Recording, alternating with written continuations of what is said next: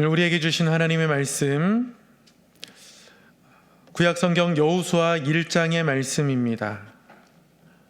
여호수아 1장 1절로부터 9절까지의 말씀, 구약성경 320쪽에 있습니다. 여호수아 1장 1절로부터 9절까지의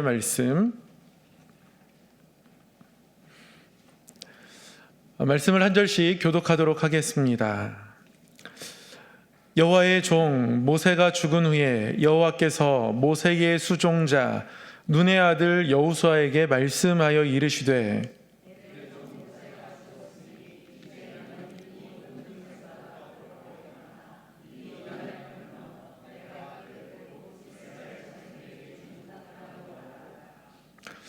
내가 모세에게 말한 바와 같이 너희 발바닥으로 밟는 곳은 모두 내가 너희에게 주었노니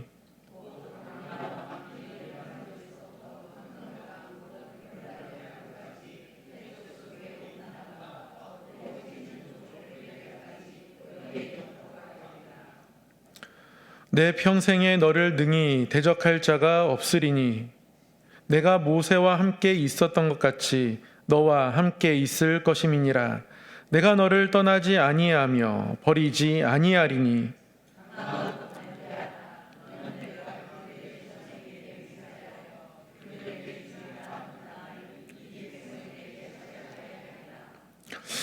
오직 강하고 극히 담대하여 나의 종 모세가 내게 명령한 그 율법을 다 지켜 행하고 우로나 좌로나 치우치지 말라. 그리하면 어디로 가든지 형통하리니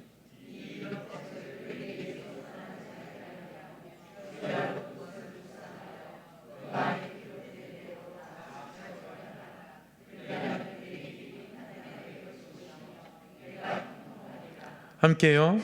내가 내게 명령한 것이 아니냐. 강하고 담대하라. 두려워하지 말며 놀라지 말라. 내가 어디로 가든지 내 하나님 여호와가 너와 함께 하시느니라. 아멘. 오늘도 말씀 앞에 나오신 우리 성도님들 환영하고 축복합니다. 하나님께서 우리에게 주신 이 말씀을 배우고 또 말씀을 따라 순종하며 살아가고 또 말씀에 비추어서 나의 삶을 돌아보고 그러한 모습으로 살아가면서 점점 예수 그리스도를 닮아가는, 그래서 그의 장성한 분량에까지 이르는 귀한 성숙이 우리 모두에게 있기를 주님의 이름으로 소망합니다. 오늘은 여호수아 함께 공부를 시작하도록 하겠습니다. 여호수아에게 하나님께서 앞으로 모세 이후에 이스라엘 백성들을 이끄는 사명의 길들을 맡겨주시면서 오늘 여호수아를 새롭게 격려하고 계십니다. 여호수아를 격려하시면서 하나님은 여러 번 강하고 담대하라 말씀하고 계시는데요. 하나님이 이렇게 말씀하시는 이유가 무엇인지, 또 여호수아가 하나님께서 말씀하시는 이 명령을 어떻게 받아들여야 하는지 오늘과 다음 주 2주에 걸쳐서 1장을 함께 공부하도록 하겠습니다. 먼저 여호수아 오늘 첫 시간이니까요. 여호수아가 어떤 뜻인지는 알고 지나가야 할 것 같습니다. 여호수아, 말 그대로 여호수아라고 하는 모세를 수종들었던 한 인물의 이름이기도 합니다. 동시에 구약성경 6번째 책 이름이 되기도 했습니다. 여호수아는 호세아, 하나님이 여호와가 구원이시다, 예호수아, 여호와가 구원이시다, 그런 뜻입니다. 이 여호수아를 헬라어 성경에서 번역할 때 제목을 여호수아를 그대로 헬라어로 번역했습니다. 여호수아를 헬라어로 번역하면 예수스입니다. 굉장히 예수님이 태어날 당시에도 흔한 이름입니다. 이름이 좋지 않습니까? 여호와가 구원이시다. 예수라는 이름 자체가 하나님께서 우리의 구원이 되신다라는 이름입니다. 그 이름을 가지고 하나님께서 아들 예수를 이 땅 가운데 태어나게 하셨는데요. 그러다 보니 이 여호수아라는 성경책을 헬라어 성경에서 예수스라고 번역하니까 예수님이랑 좀 헷갈리게 되는 거죠. 그래서 신약 여호수아 성경은 책 번역에서 제목을 이렇게 합니다. 예수스나우스에서 나우스가 눈의 아들이란 뜻입니다. 눈의 아들, 그가 누구의 아들이기까지 그 제목에서 밝히는 것으로 헬라어 성경의 제목을 삼습니다. 이런 제목을 가지고 있고요. 전체 구조로 보면 여호수아는 크게 두 부분으로 나눌 수 있겠습니다. 전반부와 후반부로 나눌 수 있습니다. 여호수아가 총 24장까지 있는데요. 전반부는 가나안을 정복하는 정복 전쟁의 내용입니다. 1장부터 12장까지고요. 그리고 13장은 그 땅을 정복한 이후에 지파별로 땅을 분배하며 그 땅에 정착하는 과정을 그리고 있습니다. 딱 절반으로 나눌 수 있게 됩니다. 12장까지는 가나안 정복 전쟁, 그리고 13장부터는 가나안 정착, 이렇게 두 부분으로 나눌 수 있습니다. 구약 전체의 어떤 시간의 흐름 속에서 보면 이렇게 정리할 수 있을 것 같아요. 그러니까 창세기부터 출애굽기, 레위기, 민수기, 신명기, 이때는 어떤 모세와 하나님 백성이 된 1세대의 어떤 백성들의 모습들을 그리고 있습니다. 그러니까 하나님께서 출애굽 백성을 자신의 백성으로 삼으시고 그들을 한 나라로 만들기 시작하십니다. 출애굽 이전까지는 이들이 한 나라로 언급되지 않습니다. 아주 작은 족속에 불과합니다. 떠돌이 히브루족, 히브루라는 말은 떠돌이라는 유목민이라는 뜻입니다. 아브람, 이삭, 야곱, 요셉, 이때까지는 어떤 한 마을 부족 정도의 크기밖에 되지 않습니다. 그러나 이들에게 하나님께서 약속을 주셔서요, 이들은 언약을 가지고 살아가죠. 그리고 그 언약이 드디어 이루어지게 되는 것이 이제 신명기까지 기록되어 있습니다. 출애굽해서 약속의 땅까지 인도하십니다. 여호수아는 이제 여호수아와 함께 하나님의 약속이 그들의 땅 정착으로 이루어지는 장면들을 우리에게 전해주고 있습니다.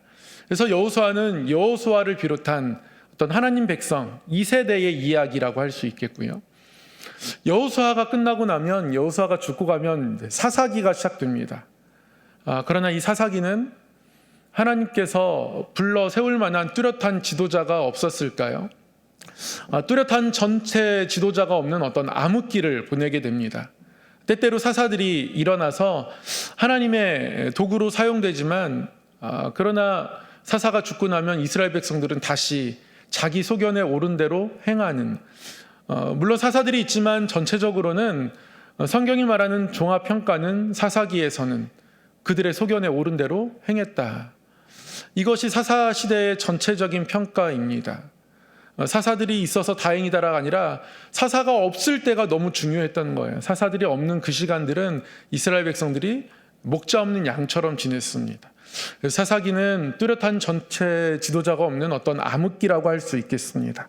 이런 시간의 흐름 속에 이제 여호수아가 하나님 백성 2세대의 이야기를 우리에게 기록하고 있습니다. 이 여호수아가 사실 성경에 처음 나타난 건 아말렉 전쟁 때입니다. 출애굽기 17장에 이스라엘 백성들이 애굽을 빠져나와서 시내산으로 향하고 있을 때에 아말렉이 이 백성을 칩니다. 긴 여정에 힘들어하는 이들을 칠 기회를 아말렉 사람들이 놓치지 않죠. 그래서 아말렉 사람들이 이들을 칩니다. 그 꼬리부터 이렇게 쳐서 이스라엘 백성들에게 많은 피해를 입히게 되는데요. 그래서 아말렉과 전쟁하게 됩니다. 근데 전쟁의 방법이 아론과 훌이 모세의 손을 받쳐주죠. 모세가 하나님을 향하여서 그래서 손을 들고 있을 때는 이스라엘 백성들이 전투에서 이깁니다. 피곤하여 그 손이 내려오면 전투에서 집니다. 이때 전쟁의 현장에서 군대의 지휘관으로서 이스라엘 백성들을 이끌었던 것이 바로 여호수아였습니다. 이때 여호수아가 처음 등장하죠. 이후에도 보면 여호수아는 모세를 수종듭니다. 모세에게 바짝 붙어 있습니다. 그래서 모세가 율법을 받으러 시내산에 올라갈 때도 모세는 산 중턱에서 모세를 기다리죠. 이스라엘 백성들이 바알과 아세라, 이들의 우상을 접하기도 전에 그들은 이미 시내산 언저리에서 우상을 섬기고 맙니다. 섬길 우상이 없는데도 불구하고 굳이 그들의 금을 다 모아가지고 금송아지를 만들어서 우상을 만들어 섬기는 중범죄를 시내산 자락 아래에서 범하게 되는데요. 그때 그 현장에 있지 않았던 사람 중에 하나가 바로 여호수아입니다. 여호수아는 모세에게 수종 들었던 사람, 그래서 바알에게 절하지 않았던 사람. 가나안 땅을 정탐할 때도 보면 여호수아가 정탐대 함께 동참해서 12명의 정탐꾼이 가나안 땅으로 정탐 갈 때 함께 가죠. 그때 갈렙과 더불어서 여호수아는 믿음으로 그 땅을 살펴본 이후에 돌아와서 그 땅은 하나님이 우리에게 주신 땅이 분명하다라고 말했던 사람입니다. 이렇듯 여호수아는 하나님께서 등장 때부터 구별하여 사용하셨던 그런 역사들을 겪고 있습니다. 특별히 정탐할 때 이제 모세가 여호수아의 이름을 계명해 주죠. 원래 여호수아의 이름은 호세아였습니다. 그런데 민수기 13장에서 하나님이 모세를 통하여서 여호수아의 이름을 새롭게 해주십니다. 호세아에다가 여호와라는 주어를 붙여서 예호, 호세아, 이 두 단어가 합쳐져서 구원이라는 이름을 가졌던 호세아에게 여호와가 구원이시다, 그 주어를 분명히 하는 이름을 주십니다. 그래서 여호수아는 여호수아라는 이름을 갖게 되었습니다. 이것이 창세기, 출애굽기, 레위기, 민수기, 신명기, 모세 오경에 나오는 여호수아에 관한 내용입니다. 그리고 이렇게 준비되었던 여호수아가 오늘 드디어 새로운 리더로 부름받게 됩니다. 그래서 1장에서는 여호수아가 이제 모세의 뒤를 이어서 새로운 리더로 세움받는 장면들이 나옵니다. 늘 이렇게 여호수아 1장을 읽을 때마다 하나님이 강하고 담대하라 말씀하여 주셔서 그 강하고 담대하란 말을 반복해서 말씀하시니까 그 말씀에 늘 초점을 맞추어서 말씀을 묵상하게 됩니다. 그런데 강하고 담대하라고 말씀하시는 이 하나님의 격려와 말씀이 너무너무 중요합니다. 이 말씀이 여호수아에게도 그리고 저와 여러분에게도 꼭 새겨져야 하는 하나님의 격려이고 말씀입니다. 그런데 그 말씀을 우리 안에 담아내기 전에 오늘 저와 여러분이 꼭 기억해야 할 말씀 한 절이 오늘 1장에 있더라고요. 우리 성도님들, 오늘 1장 본문 말씀 1절부터 9절까지 읽으시면서 혹시 이렇게 가장 특별하게 다가오신 어떤 성경 구절이 있으실까요? 저도 1장을 읽을 때마다 가장 특별하게 다가오는 건 강하고 담대하라, 우로나 자로나 치우치지 말라, 하나님이 여호수아에게 주시는 어떤 그 명령, 격려, 이것이 가장 강력하게 다가옵니다. 그런데 오늘 우리가 놓치지 말아야 할 중요한 것 한 가지가 있습니다. 하나님께서 여호수아를 세우십니다. 여호수아에게 말씀하기 시작하세요. 그런데 오늘 1절 말씀은 이렇게 기록하고 있습니다. 여호와의 종 모세가 죽은 후에 여호와께서 모세의 수종자 눈의 아들 여호수아에게 말씀하여 이르시되, 이렇게 말씀합니다. 그리고 2절에서 내 종 모세가 죽었으니 이제 너는 이 모든 백성과 더불어 일어나라, 이제 요단강을 건너야 하는 거예요. 하나님이 모세의 죽음을 언급하시죠. 우리 성도님들, 모세가 하나님에게 어떻게 기억될까, 이런 생각 해보신 적 있으십니까? 모세가 하나님께 어떻게 기억될까? 모세가 하나님께 어떻게 기억되는가? 오늘 여호수아 1장을 묵상하면서 저와 여러분이 꼭 가져야 할 질문 중에 하나입니다. 하나님께서 모세에게 이런 수식어를 붙여주셨습니다. 여호와의 종 모세, 여호와의 종 모세. 하나님이 모세에게 여호와의 종이라고 말씀하시는 것이 우리에게 특별하게 다가오지 않습니다. 너무 평범하니까요. 우리가 신앙생활 하다 보면 우리가 하나님의 종이다, 이런 생각 많이 하게 됩니다. 주의 종으로 부름받았다, 하나님 섬기는 자리에 있다, 이런 고백들, 이런 이야기들을 많이 합니다. 그래서 여호와의 종이라는 것이 우리에게는 특별하게 다가오지는 않습니다. 많이 접했던 표현이기도 하고요. 많은 사람들이 하나님의 종으로 하나님께서 칭하시니까, 많은 예언자들이 하나님의 종이라고 하나님 말씀하시기도 하셨고요. 신약 시대에 가면 사도 바울도 늘 하나님의 종으로 자신을 이야기합니다. 그러다 보니 이 여호와의 종이라는 말이 강력하게 다가오지 않는 것이 대부분 성경을 읽을 때에 우리가 느끼는 감정이나 생각입니다. 저 역시 그랬고요. 그런데 하나님께서 모세가 살아있는 동안 여호와의 종이라고 단 한 번도 말씀하지 않으셨습니다. 그러니까 여호와의 종 모세라고 하는 말씀은 모세의 평생의 헌신을 하나님이 요약해서 그 헌신이 귀하고 아름답고 그 헌신이 누구에게도 귀감이 될 만해서 사람들에게 잊혀지지 않아야 하는 모습이어서 그러한 의미들을 담아서 나의 종, 여호와의 종 모세라고 하는 겁니다. 이 여호와의 종 모세라고 하는 단어는 신명기 34장 5절에서 처음으로 등장합니다. 이에 여호와의 종 모세가 여호와의 말씀대로 모압 땅에서 죽어 벳보을 맞은편 모압 땅에 있는 골짜기에 장사되었고 오늘까지 그의 묻힌 곳을 아는 자가 없느니라. 모세가 이 땅에서 모든 사명의 길을 마치고 그리고 하나님께 가게 되었을 때 그 순간 모세의 모든 일생의 헌신을 요약하는 말이 바로 여호와의 종 모세라는 말이라는 거예요. 이때 여호와의 종 모세라고 나옵니다.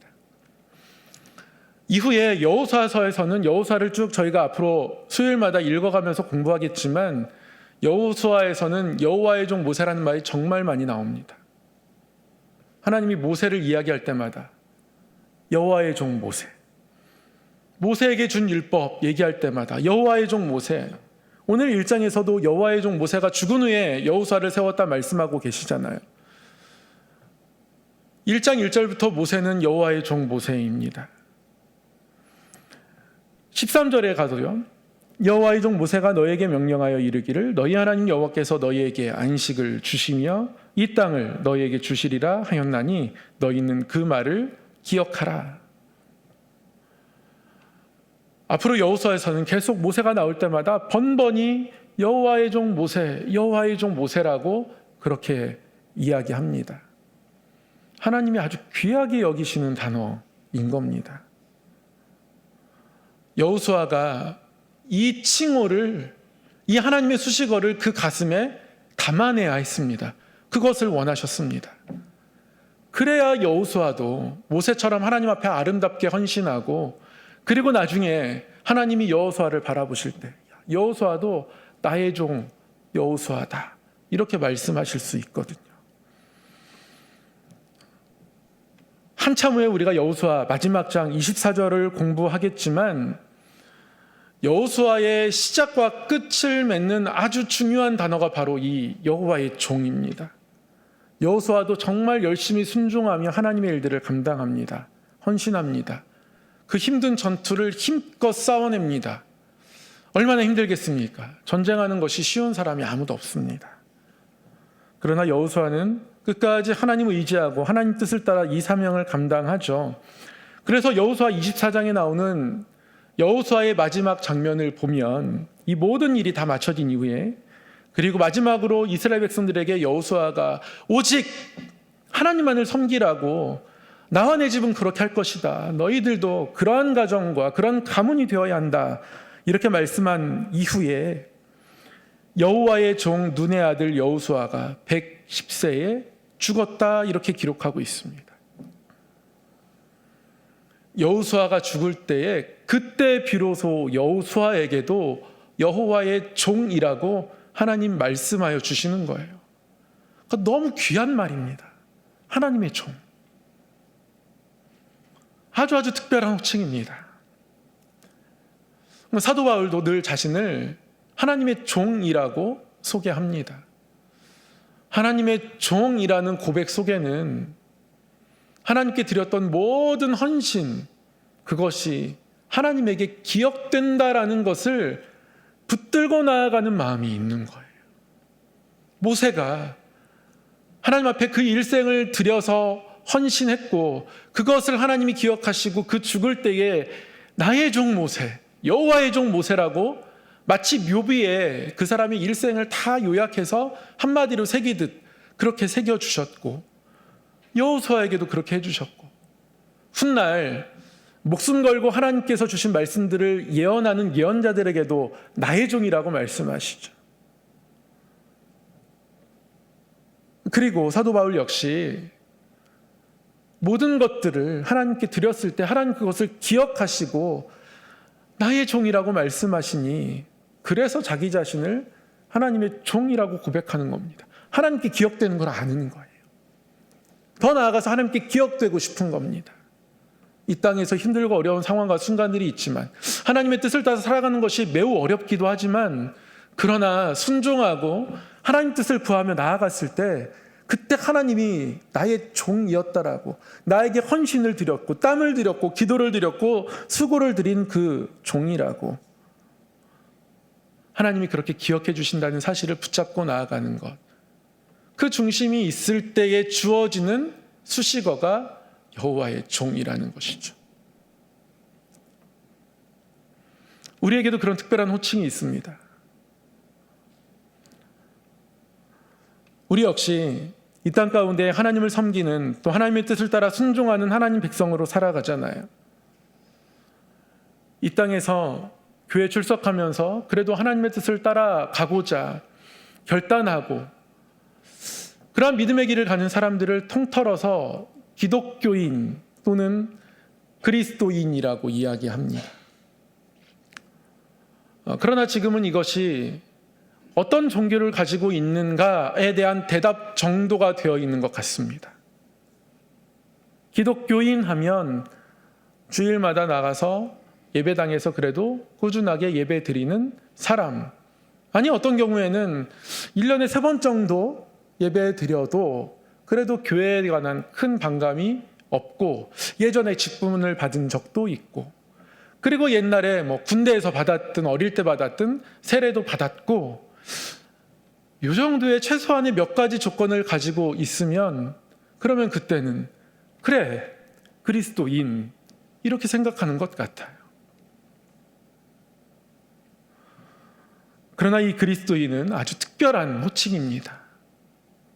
사도행전에서 보면 안디옥 교회가 예수님을 따라 선교하고 희생하고 서로 섬기고 봉사하는 모습들이 사람들 모두에게 귀감이 되어서 그때 안디옥 교회 스스로가 그렇게 이야기한 것이 아니라 많은 사람들로부터 저들은 정말 예수님 따라 살려는 것 같아. 그리스도인이야. 이렇게 이름 붙여져서 생겨난 것이 그리스도인이라는 단어입니다. 저와 여러분이 말하는 그리스도인은 그런 의미입니다. 안디옥 교회는 하나님의 일들을 감당하기 위해서 늘 애쓰고 헌신하고 선교사 파송하려고 하고 선교사 파송할 때 온 교회가 함께 금식하며 선교사 파송하고 그렇게 열심히 하나님의 일을 감당하며 순종했던 교회입니다. 안디옥 교회를 대표하는 지도자로 바나바 들 수 있고요. 얼마나 많은 사람들에게 위로를 주었는지 그의 이름의 뜻, 그의 별명이 바로 위로의 아들입니다. 이 안디옥 지역에서 훗날 안디옥 교회를 이끌어가는 이 지역을 담당하는 감독으로 세움받은 사람 중에 한 명이 이그나티우스라는 사람입니다. 서기 70년경 이 이그나티우스라는 분이 안디옥 교회가 있는 안디옥 지역의 감독이 되었습니다. 이런 분들을 속사도라고 하거든요. 사도들의 직속 제자라는 뜻입니다. 그 이그나티우스라는 분은 베드로의 제자이기도 하고 동시에 사도 요한의 제자이기도 합니다. 그러니까 예수님의 제자의 제자인 겁니다. 이 이그나티우스를 상징하는 그림 중에 하나가 저렇게 사자에게 물어 뜯기는 장면입니다. 이분은 결국 나중에 순교했습니다. 로마 황제 중에 아주 티라연 황제라고 해서 아주 강력한 핍박을 가했던 황제가 있는데요.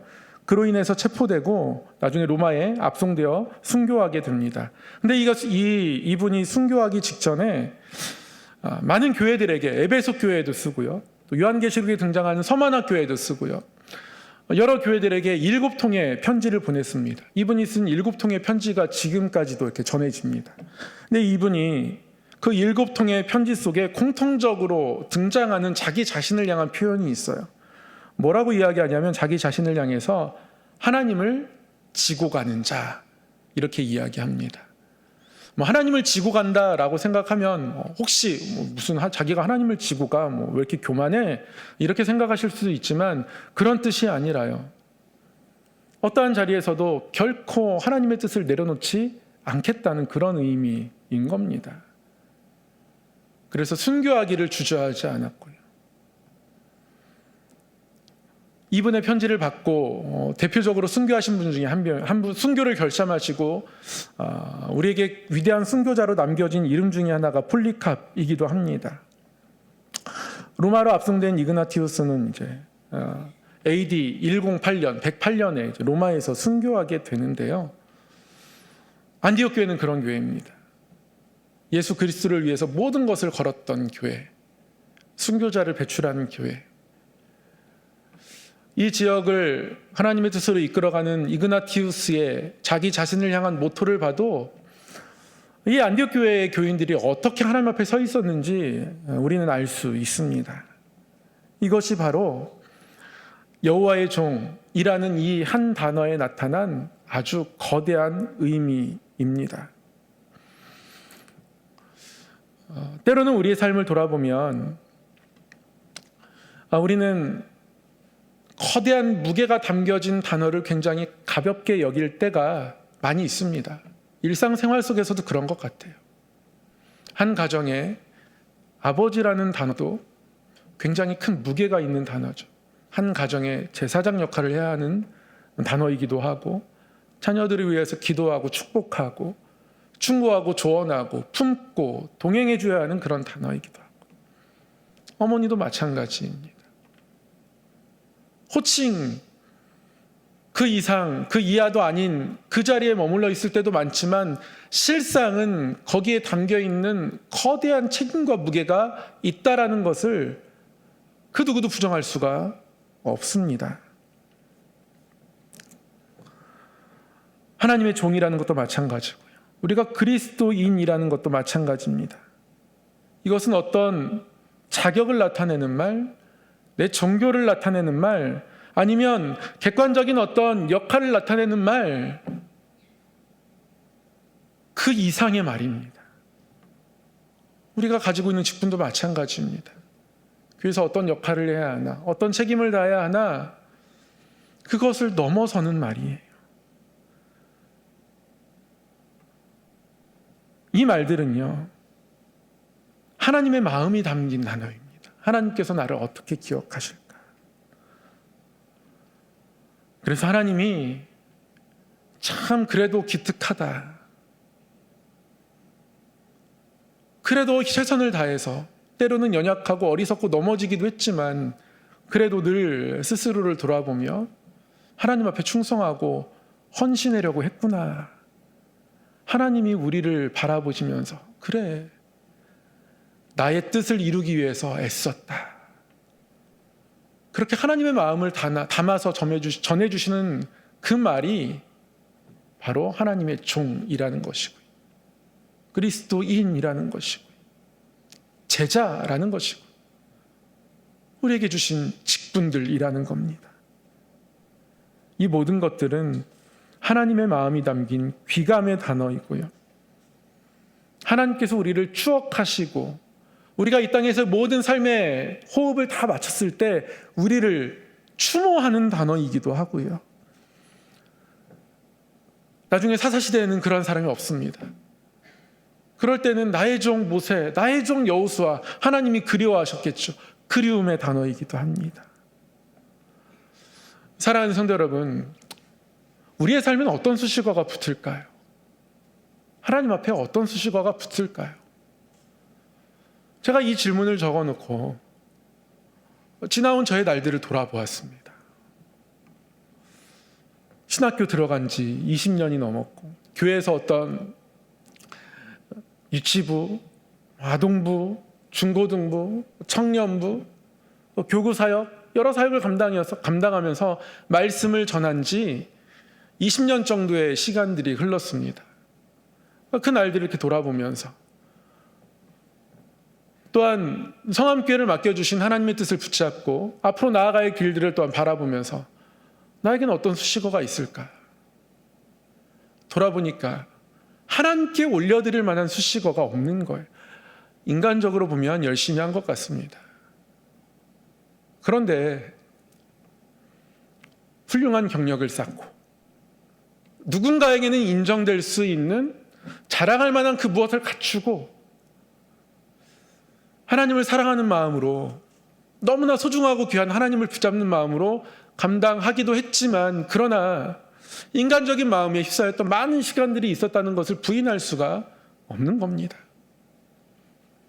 나중에 이 땅에서의 모든 삶의 날들이 끝났을 때 하나님이 모세를 바라보시면서 나의 종 여호와의 종 모세라고 말씀하시고 여호수아가 모든 하나님의 일들을 감당한 그 이후에 여호수아에게 나의 종 여호수아라고 말씀하셨듯 하나님이 나의 종 나를 향하여서 사랑과 헌신으로 아름답게 섬겼던 나의 종이라고 말씀하시는 그 길을 가고 있는가?